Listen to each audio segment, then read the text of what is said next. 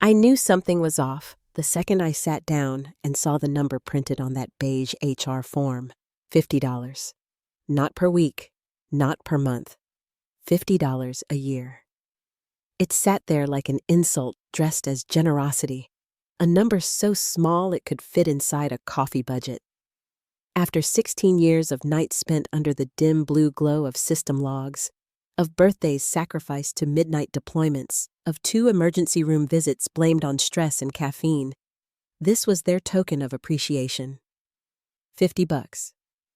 Across the table sat Ethan, the new VP, mid-30s, cologne too loud for the small office, and a grin that didn't reach his eyes. Fresh off some merger that no one had asked for, he had that smug startup energy, like a man who thought culture could fix code rot. He called this a casual sit-down, like we were equals. But his crossed arms and relaxed slouch told another story. I was just another item on his to-do list. Cut costs, trim fat, show leadership. When I raised an eyebrow and asked, calm and polite, "Is this final?" He leaned back in his chair, smiled, and said, "Well, if you're unhappy, Claire, there's the door." So I stood. No shouting, no tears, no begging for reconsideration. Just one steady breath and a single word. Understood. Because when someone shows you who they are, you don't argue. You let them choke on their brilliance. I walked out of NextForge Systems that afternoon with my shoulders square, not from pride, but from control. My fingers twitched, not from rage, but calculation. Ethan had no idea what he'd just done. He thought he'd won.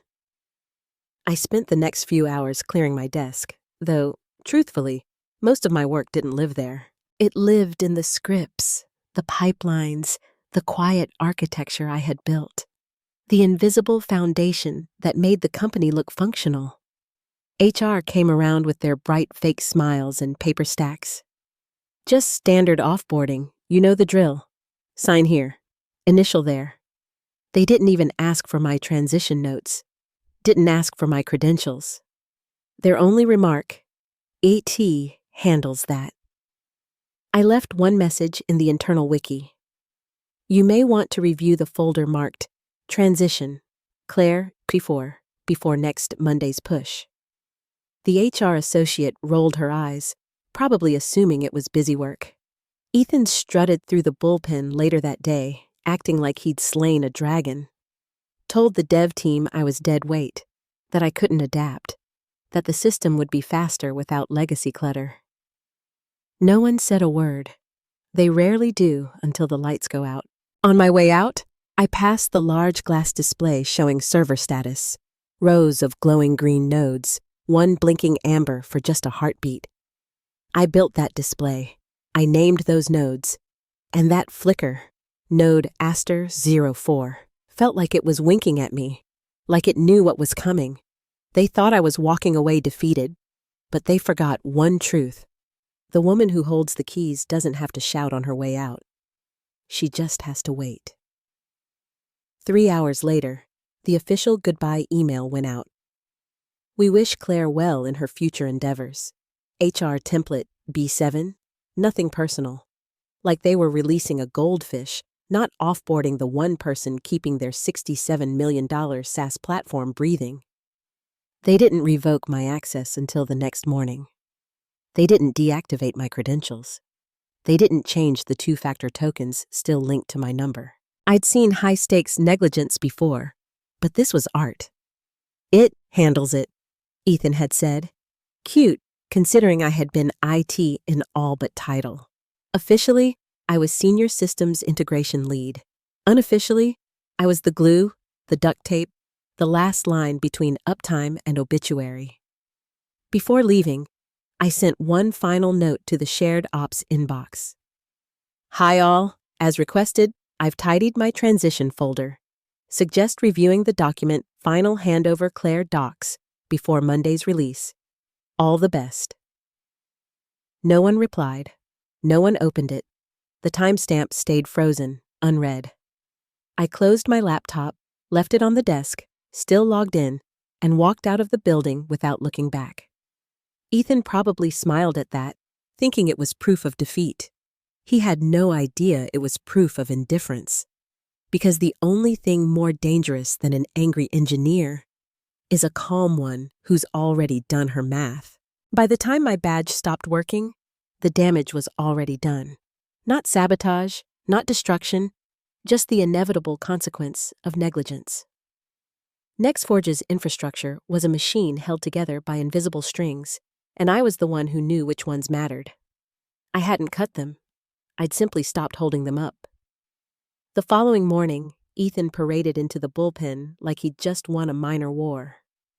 "We're entering a leaner, faster era," he told the dev team, sipping a protein shake the color of arrogance. "No more dependency bottlenecks. We're modernizing." The team nodded, quiet, tired. They'd heard that speech before, from 3 different executives with the same smile and the same LinkedIn buzzwords. I wasn't there, but I heard about it from Jess, a QA lead who still owed me a coffee.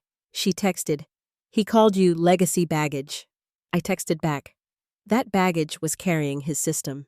By Thursday, the first tremors began. Small things, login delays, authentication errors, an occasional timeout report from European clients. The Tier 1 support team shrugged them off, blaming Chrome extensions and cached sessions. "Just clear cookies," they said.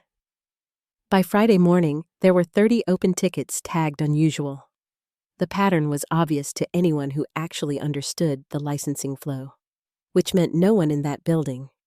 I'd warned them, in March, in a detailed risk memo titled Single Point of Failure, Access Dependencies. It had graphs, flowcharts, and a bright red line that said unacceptable risk. I'd even told the CTO, back when she still showed up to meetings, that the central licensing handshake needed redundancy. She smiled, nodded, and said, "We'll revisit after launch." They never did. Now the launch was 3 days away, and the licensing node that governed client validation, the one I'd personally encrypted, was missing its token. My token. The system wasn't crashing, it was suffocating quietly. Each process that tried to renew its license pinged the void, failed 3 times, then defaulted to denial. Like a patient flatlining, heartbeat by heartbeat. By noon, Ethan was starting to sweat. He called a quick sync, which in corporate terms meant a public panic disguised as leadership. "Let's not catastrophize," he said, waving his hand at the status monitor flashing red. "We'll loop in DevOps and reroute traffic. This is just a post-patch hiccup." Except DevOps couldn't reroute anything. The fallback node rejected their credentials. The emergency override shell was locked. Nobody knew why, and nobody thought to ask the only person who would have known. They'd left me in every script, every chain of custody, every permission tree. My name, C. Reynolds, sat there in root directories like a quiet ghost with admin power and no forwarding address. By late afternoon, an intern named Owen posted in the internal Slack, "Hey, does anyone know what LC Control Sys is? Found it in the archive drive. No docs." Silence. 1 full minute. Then someone replied, "Probably legacy junk. Delete it." The file stayed untouched. Good thing, too, because LC Control Sys was the heart of the fallback authentication loop. The heartbeat I built to protect their platform from vendor outages. It was smart, precise, and utterly unforgiving. Without the proper token, it would retry 3 times before shutting itself off to prevent data corruption. 3 strikes. Then darkness.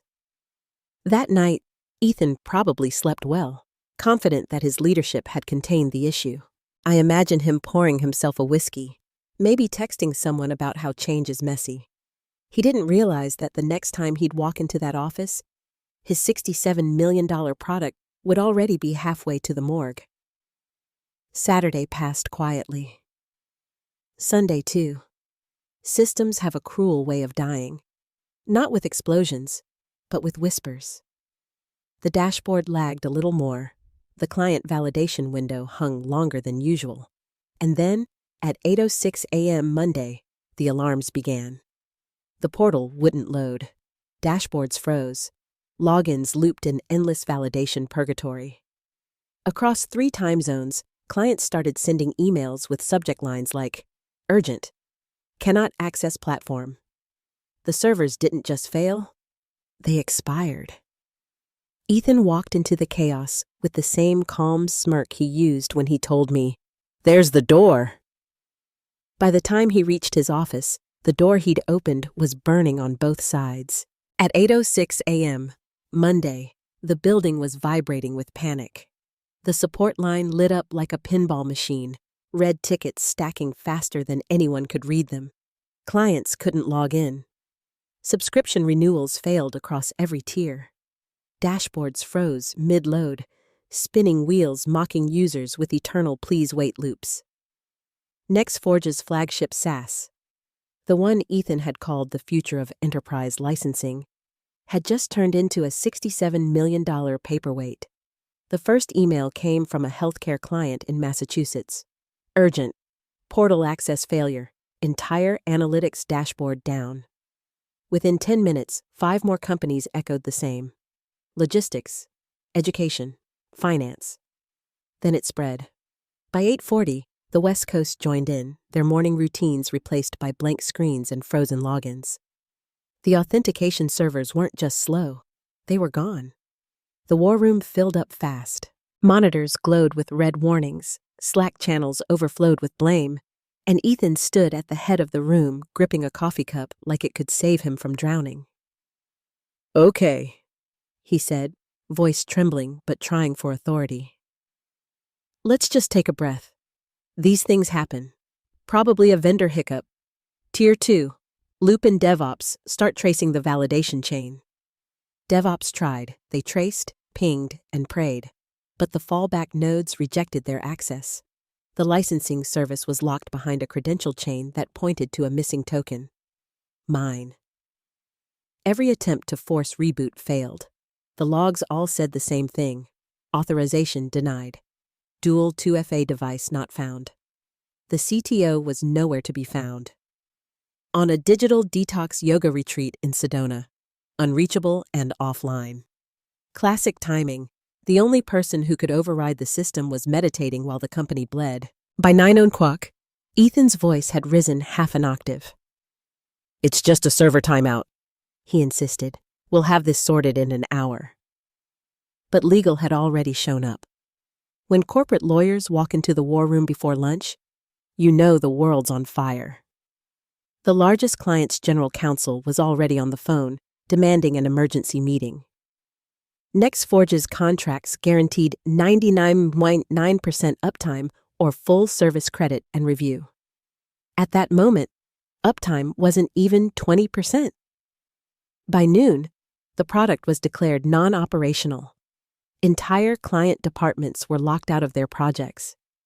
A few angry executives took to LinkedIn, politely tagging NextForge with phrases like catastrophic vendor failure. Screenshots of the dead dashboard spread fast. Internally, panic had turned to despair. The air in the war room felt heavy, suffocating. That's when Margaret Dale, the CFO, stormed in. She was in her 50s, all steel and sharp edges, the kind of woman who could end a career with one raised eyebrow.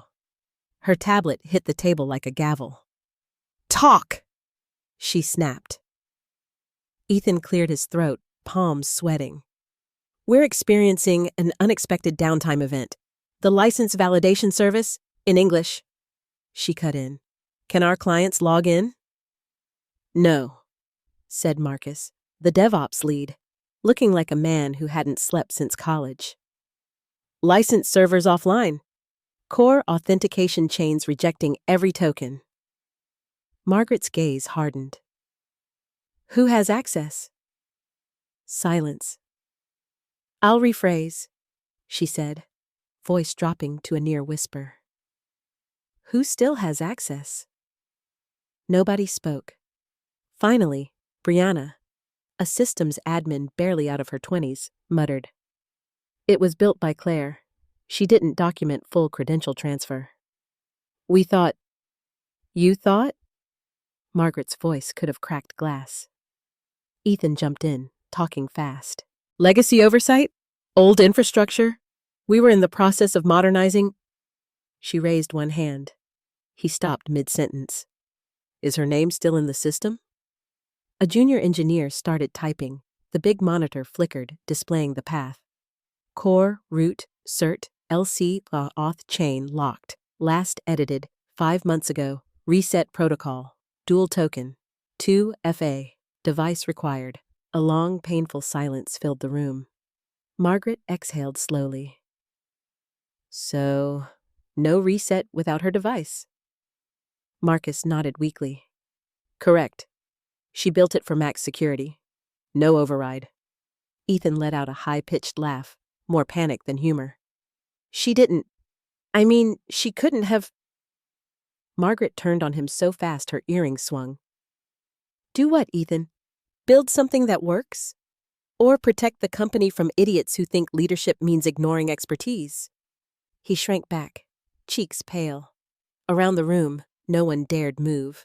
The hum of the dead servers was the only sound. On the monitor, one line blinked steadily like a pulse. Auth chain, locked. Owner, C. Reynolds. Not sabotage, not malice, just the perfect execution of ignored warnings. The silence in the war room was thick enough to chew. Everyone stared at that single glowing line on the monitor. Auth chain, locked. Owner, C. Reynolds. As if it were a tombstone. Margaret folded her arms, scanning the room like a prosecutor sizing up the guilty. So, she said slowly, the person who built the licensing infrastructure, secured the root keys, and maintained your uptime metrics for 16 years is gone. And not one of you thought to confirm credential continuity before you fired her over $50? No one answered. You could hear the air conditioner struggle in the background, humming like a nervous witness. Ethan opened his mouth. It wasn't personal, he said, voice shaking. We were streamlining, modernizing. Margaret's laugh was humorless. Modernizing? You mean dismantling stability because you wanted to hear your own reflection talk? She took a step closer. Do you even know what she warned you about? Marcus, eyes on the floor, whispered. She sent risk reports. We deprioritized them for Q3. Deprioritized? Margaret snapped. Those reports just cost us $12 million in service credits. A low murmur swept the room. Some people stared at the table. Others at Ethan. Nobody dared meet her eyes. That was when Priya, associate counsel, walked in with a stack of contracts and the face of someone who'd already accepted this was going to be a bloodbath. She didn't sit. She didn't smile. She started reading from a document in her hand. Per Section 9B of our enterprise agreements with Bayline Logistics, Norcrest Health, and TriPath Systems, system access and data integrity guarantees are defined as critical operational obligations. Any disruption exceeding 4 hours qualifies as material breach. That breach window expired. She checked her watch 47 minutes ago. Someone groaned quietly, the sound halfway between a sigh and a prayer. Clients have the right to full refunds, Priya continued. Estimated exposure is $12.4 million. That's not counting reputational damage or follow-on terminations. Margaret's expression didn't change, but her jaw tightened. Get me the founder. Daniel's on a flight back from Belize, Priya said softly. He's been briefed. Good. Margaret turned to Ethan. You're going to explain this to him, word for word. And if you even try to dress it up in optimization or synergy, I'll personally pull the buzzwords out of your throat. Ethan looked like a balloon slowly deflating. We can spin it, he muttered weakly. Frame it as a temporary outage caused by vendor dependencies. Stop talking, Margaret said. You don't have spin. You have failure. Nobody spoke after that. The fluorescent lights hummed softly overhead, and on the monitor, that single name kept blinking like a heartbeat. C. Reynolds. 2 hours later, The elevator doors opened, and the building went still. Daniel Graves, founder and CEO of NextForge Systems, walked in wearing a rumpled travel blazer and an expression that could freeze time. He didn't stop at his office. He didn't ask for a debrief. He walked straight into the war room, suitcase still in hand, scanning faces until his gaze landed on the monitor. He didn't raise his voice. Who signed off on her termination? Ethan swallowed. I did. It was a standard. Daniel raised one finger. He didn't need to say, stop. The silence did it for him.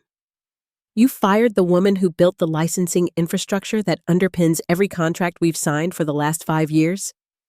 Ethan stammered. She wasn't a team player. Resistance to change? Daniel looked at him like he was an insect under glass. Resistance to stupidity isn't defiance, it's survival. Margaret didn't move. Priya didn't breathe. Everyone else stayed very still, like a class waiting for the teacher to pick the next victim. Daniel turned to the screen again. Where's her transition memo? Jeremy, a junior sysadmin, typed quickly. Found it in the archive, dated March 4th, titled Single Point of Failure, Licensing Chain. Read it, Daniel said. Jeremy's voice shook. System access is too centralized under my credentials. Needs redundancy and credential split before Q3. Risk unacceptable. Timeline urgent. If I leave without transition, recovery will be extremely difficult. The words hung in the air like smoke. Nobody dared look up. Daniel tapped the table once, sharp and final. She told you. He said quietly, in writing, in meetings, in plain English. Then he turned to Ethan. You didn't just fire her. You fired the company's lungs. Ethan looked like he might cry. We can fix this. No, Daniel said. She can fix this. You can start packing. Ethan's mouth hung open like a man who'd forgotten how air worked. The room didn't move. Daniel stood still, the kind of still that made people afraid to even clear their throat. You can start packing, he repeated. Security will escort you when I'm finished here. Ethan blinked fast, panic flickering behind his eyes. Daniel, please, this was a misunderstanding. She was dead weight. The team agreed she couldn't adapt. Daniel didn't raise his voice. He didn't need to. And how much has that dead weight cost us in the last 24 hours? Priya didn't hesitate. $12.4 million in contractual exposure, plus 3 terminated partnerships and a pending legal review from Tripath's counsel. The color drained from Ethan's face. His hands trembled, and the cup he'd been holding finally slipped, spilling lukewarm coffee across the table. No one moved to clean it up. Daniel exhaled slowly, like a man trying to calm a storm from the inside. You removed the only person who understood our infrastructure. You ignored her reports. You dismissed her warnings. And now you're standing in the ruins pretending it's weather. He turned to security.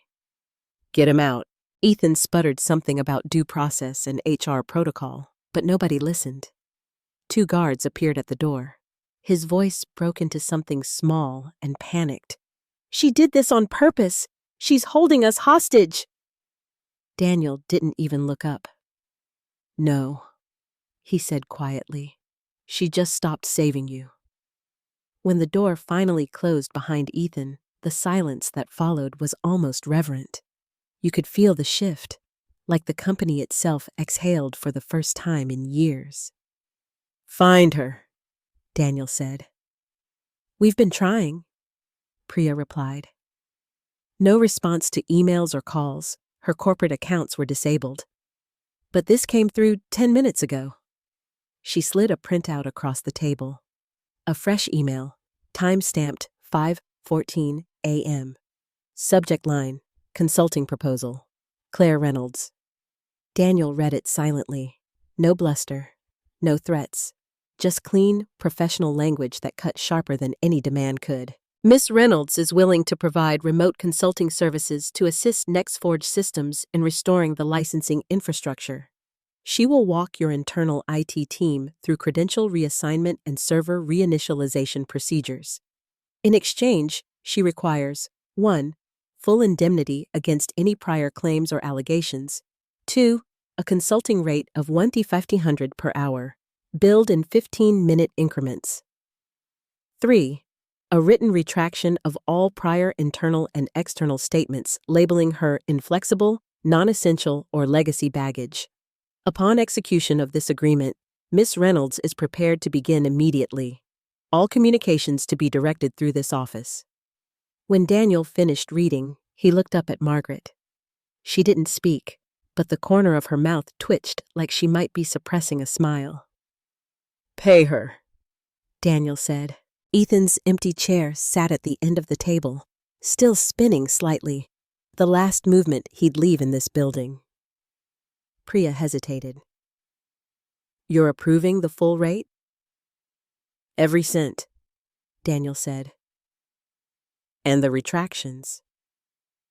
There was no argument.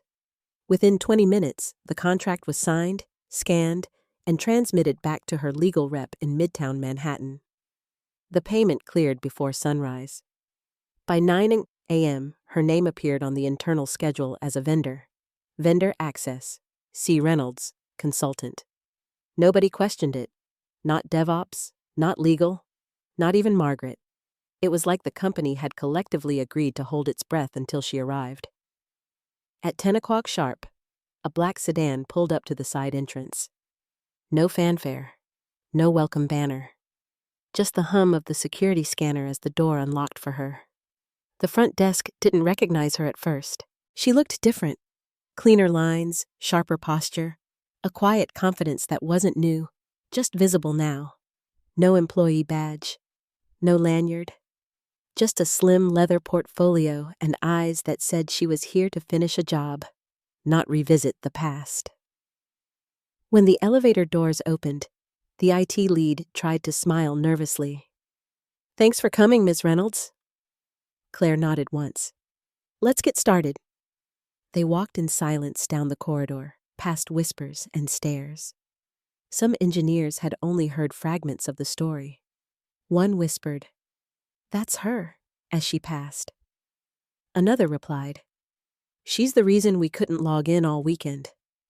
Claire didn't turn. She didn't need to. She had work to do. The data room was colder than she remembered. Rows of blinking servers hummed like a choir of exhausted machines, their green lights flickering in uneven rhythm. The hum used to sound like progress to her. Now it sounded like consequence. Claire paused in the doorway for half a second, scanning the racks, the cables, the disorganized tangle of patch cords someone had labeled temporary 6 months ago. "No one's touched this?" she asked quietly. Marcus, the DevOps lead, shifted on his feet. "We, didn't want to make it worse." "Good instinct," she said. Security followed protocol now. 2 guards by the door, access logged and time-stamped. The irony didn't escape her. They'd ignored protocol when it mattered and clung to it now that the building was burning.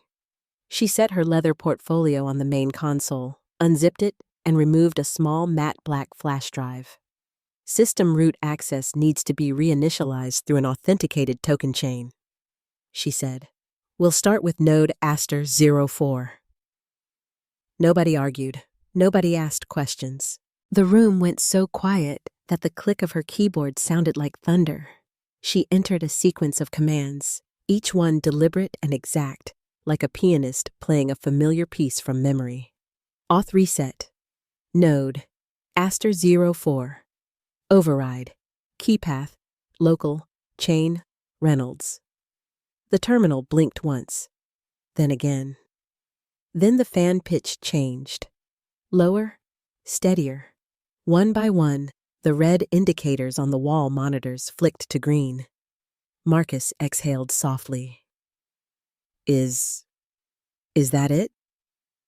"Not even close," she said.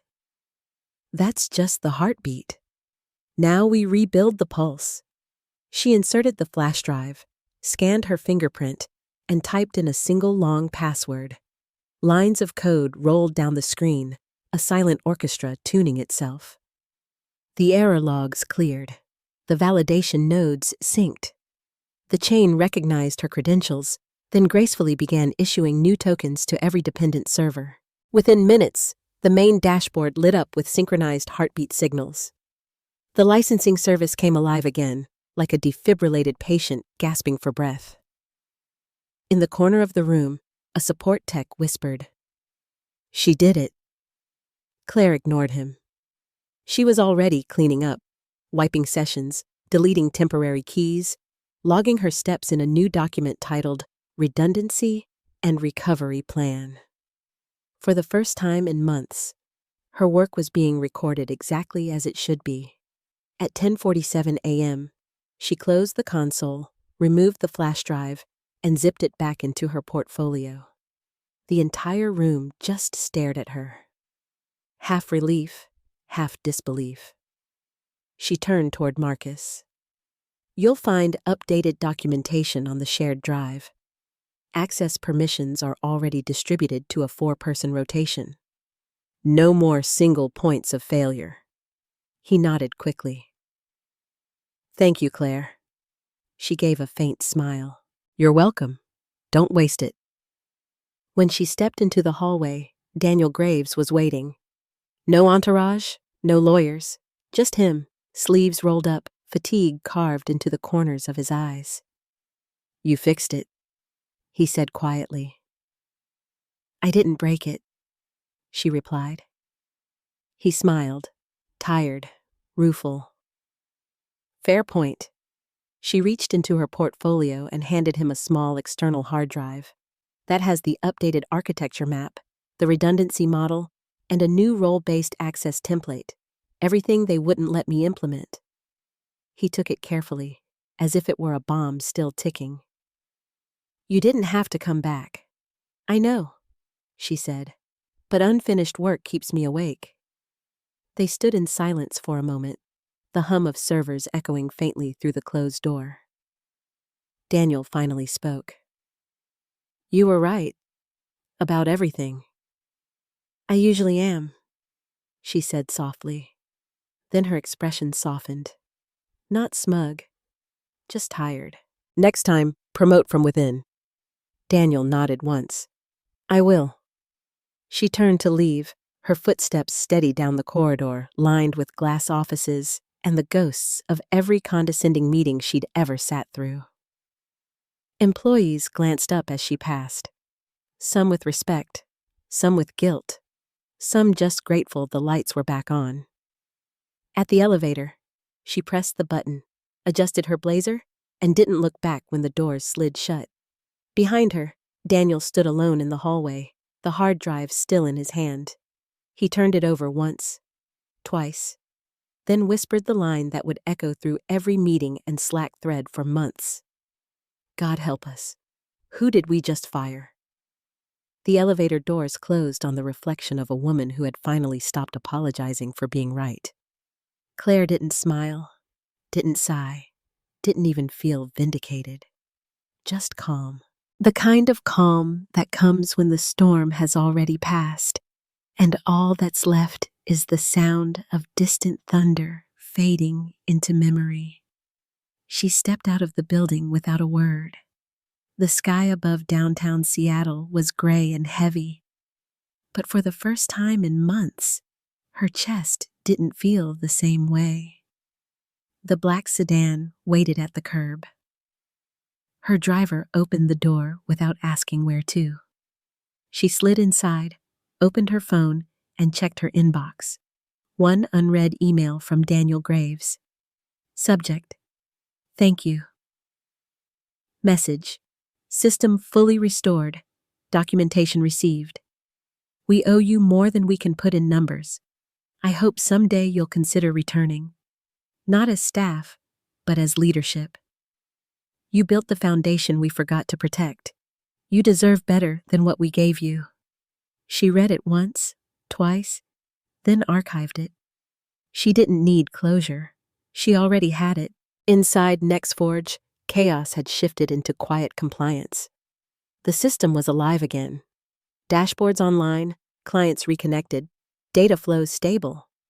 But something else had broken that morning, something less visible.